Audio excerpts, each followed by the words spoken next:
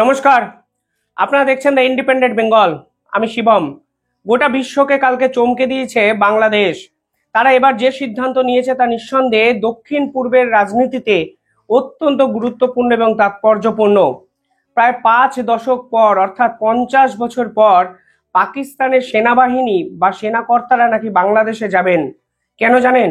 কারণ তারা এবার বাংলাদেশের যে সেনাবাহিনী তাদেরকে ট্রেন করবেন। এরকমই একটি বিজ্ঞপ্তি কালকে সরকারিভাবে দুই দেশের পক্ষ থেকে কিন্তু দেওয়া হয়েছে, যেখানে তারা বলেছেন এবার পাকিস্তানের সেনাবাহিনীর যে আর্মি চিফ, সেই আর্মি চিফ এবং আর্মি কর্তারা বাংলাদেশের সেনাবাহিনীকে ট্রেন করবেন দিনের পর দিন।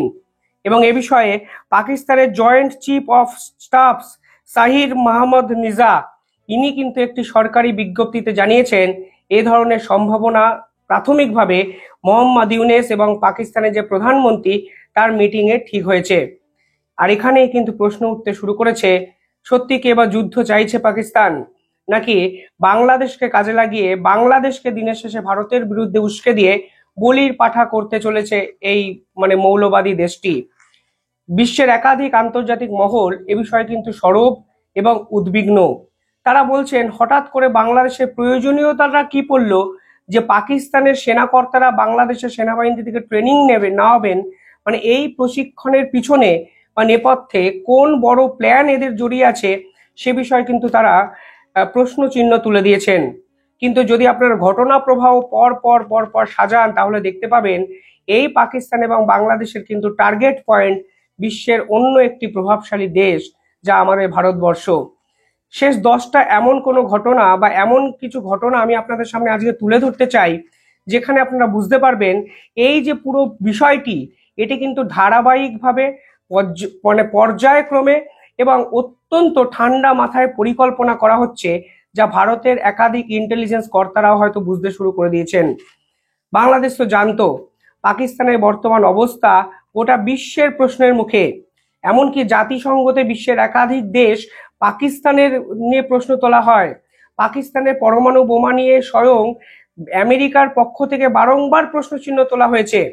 আমেরিকার বর্তমান যে স্পাই এজেন্সির হেড তুলসী গ্যাবট পরিষ্কারভাবে জাতিসংঘের কনফারেন্সে পাকিস্তান নিয়ে একের পর এক বিস্ফোরক প্রশ্নচিহ্ন তুলেছেন।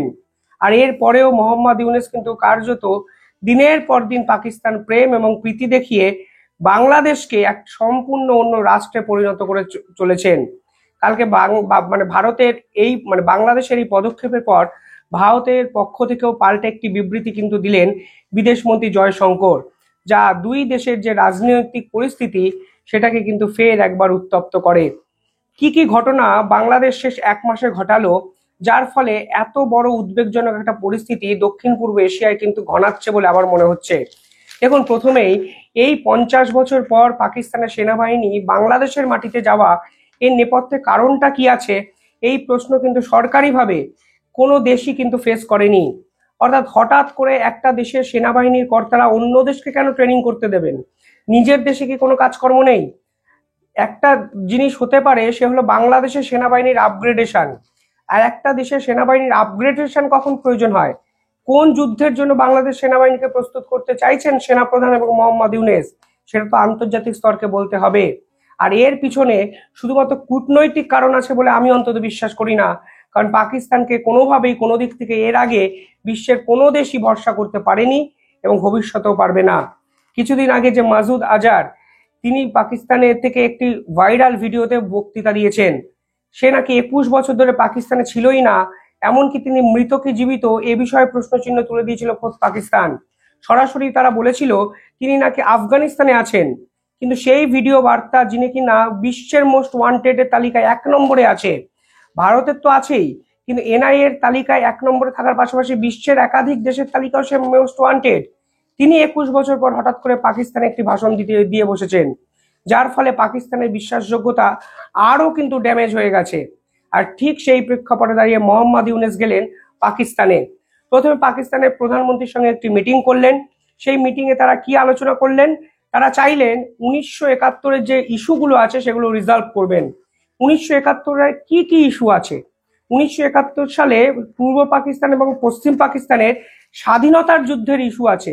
অর্থাৎ স্বাধীনতার প্রশ্নে একাধিক বিষয় কিন্তু সে সময় উত্থাপিত হয়েছিল।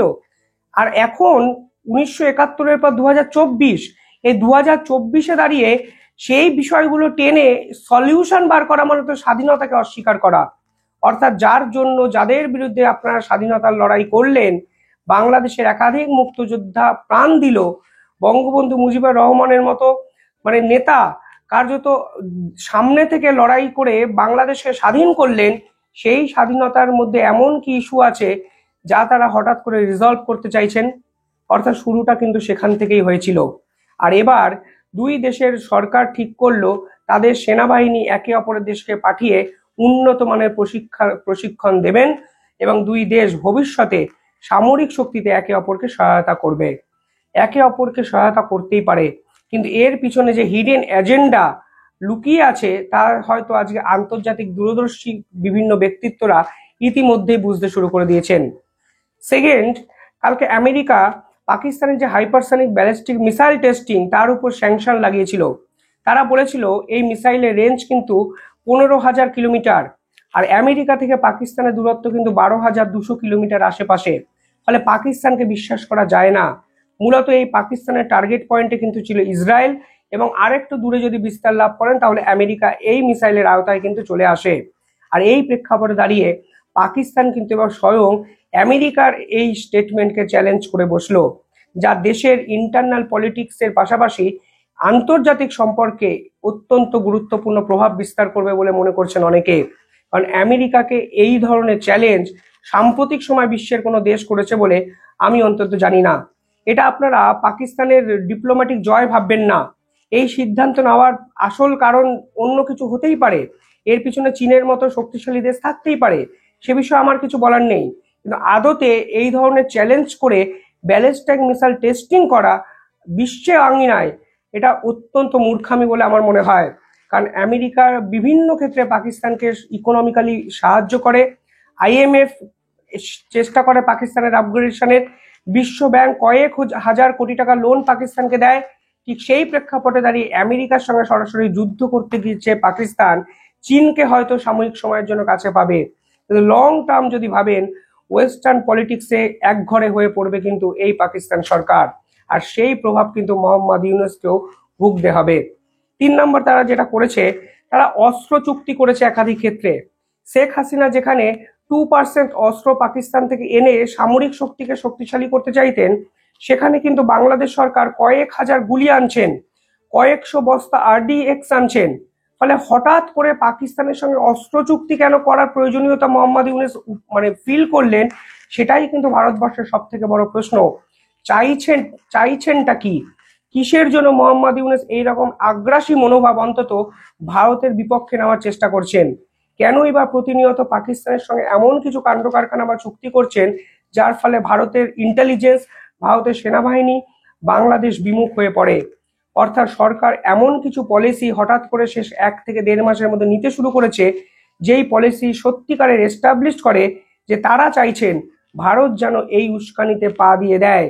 আর ভারত যদি পা দেয়, বাংলাদেশ তো কার্যত শেষ হয়ে যাবেই।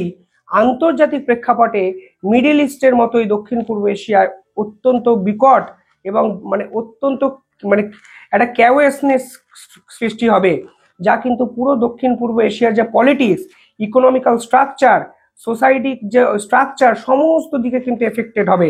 তা কি বাংলাদেশ বুঝতে পারছে না? আমি সত্যিই জানি না। পাকিস্তানের সঙ্গে বাংলাদেশ আতাত করে সার্কের মিটিং করতে চাইছে, যে সার্কের মিটিং শেখ হাসিনা নরেন্দ্র মোদীর এই যে যৌথ মেলবন্ধন তা এড়িয়ে যে গেছিলেন বাংলাদেশ সরকার এই বলে যে ভারত চায় না যে মিটিংয়ে পাকিস্তান থাকবে সেই মিটিংয়ে অ্যাটেন্ড করতে।